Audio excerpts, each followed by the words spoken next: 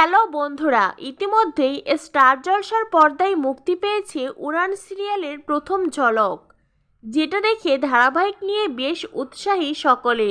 ধারাবাহিকে বাউন্ডলে মহারাজ এবং শান্ত নম্র পূজারিনের জুটি দেখার জন্য দারুণ উৎসাহী দর্শকরা। ইতিমধ্যেই তৈরি হয়েছে তাদের ফ্যান পেজ।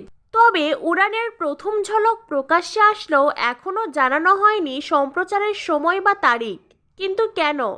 যেখানে প্রথম ঝলকেই টেলিকাস্টের তারিখ মুক্তি পাওয়ার ট্রেন্ড হয়ে দাঁড়িয়েছে, সেখানে এখনও কেন নতুন এই ধারাবাহিকের তারিখ জানায়নি চ্যানেল? কেনই বা বন্ধ আছে নতুন এই সিরিয়ালের শুটিং? শোনা যাচ্ছে শুরু হতে না হতেই শেষ হতে চলেছে সুরিন্দর ফিল্মস প্রোডাকশনের আরও এক নতুন ধারাবাহিক ভক্তির সাগর। মাত্র এক মাসও হয়নি নতুন এই ধারাবাহিক, অথচ এর মধ্যেই খবর উঠেছে নতুন এই ধারাবাহিককে শেষ করে দেওয়া হবে। আর ভক্তির সাগর শেষ হলেই সেই জায়গায় আসবে উড়ান ধারাবাহিক।